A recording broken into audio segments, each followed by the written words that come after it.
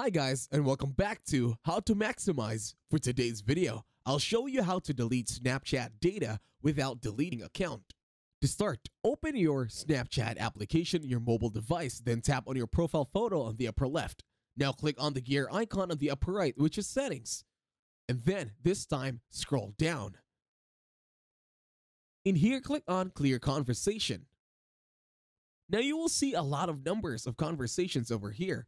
All you have to do is click on Clear or click on X, depending on which conversation you want to clear. You can do this for every other conversation that you have. In here, you can also clear a lot of account actions. Just choose which one you want to clear over at Snapchat. There are many over here, so I'll leave it up to you. You can also click on Places and then you can clear top locations. Just click on Clear. You can also check on Snapchat permissions so that you'll be able to disable some of them. And that's it. Thank you very much for watching. Please leave a like, share, and subscribe to the channel.